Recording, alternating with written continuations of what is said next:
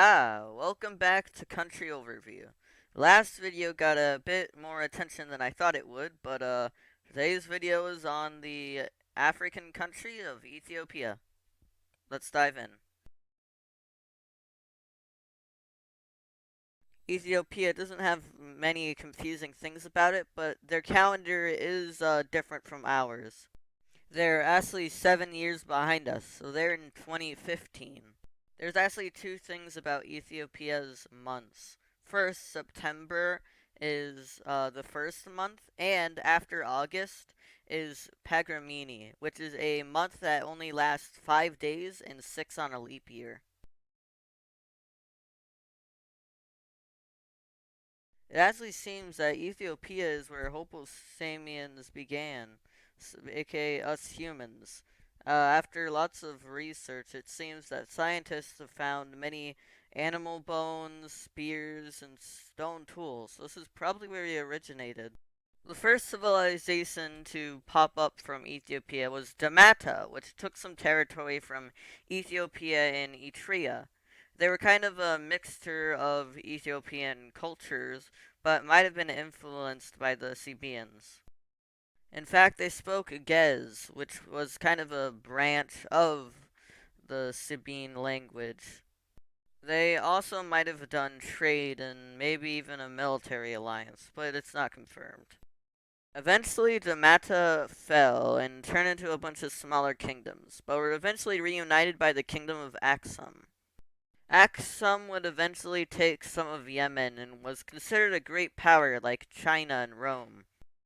Due to a Christian mercenary, the Aksum kingdom was the second official country to adopt Christianity. The Aksum kingdom was also in the Greco-Roman sphere of influence and did a lot of trade with Rome and the Indian subcontinent. During the Middle Ages, the Aksum kingdom kind of adopted the name of Ethiopia. After that, they also lost their territory of Yemen due to the Arabs not wanting to be under the rule anymore. It also wasn't helping that other factors were hurting Ethiopia, so their power fell down by like a lot. And on top of that, the queen killed all of the kings and took power.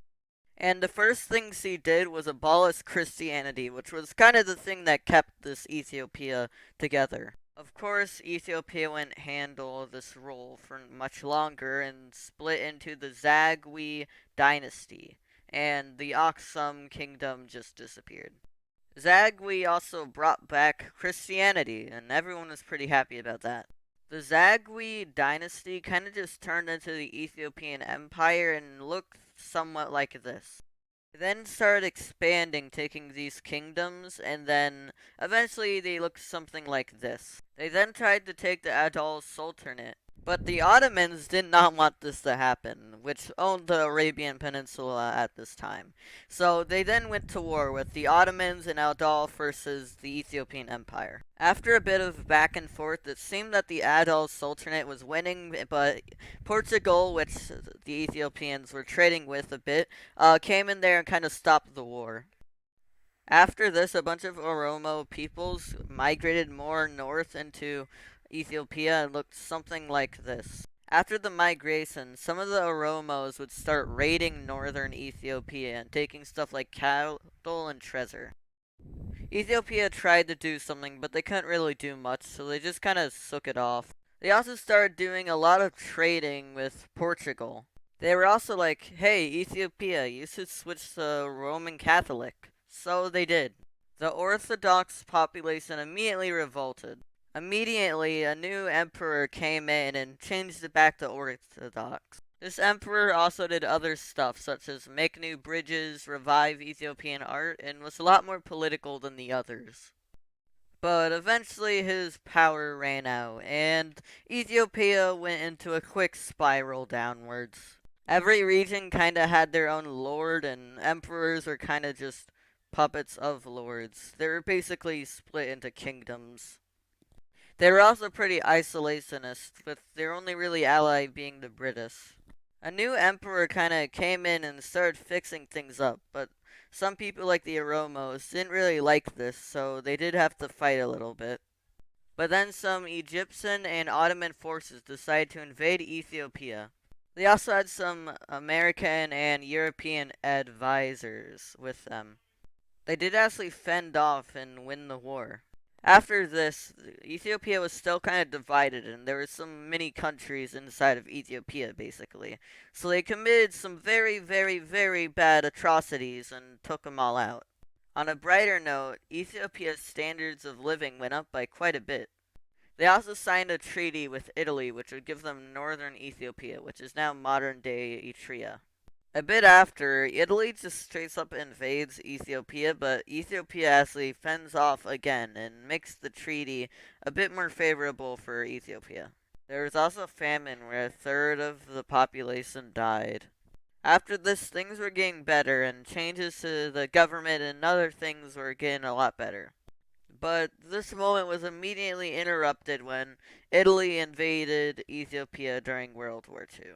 The invasion was kind of rough though, when they kind of had to use 300 tons of mustard gas to win. They still had some troubles, but they eventually annexed Ethiopia.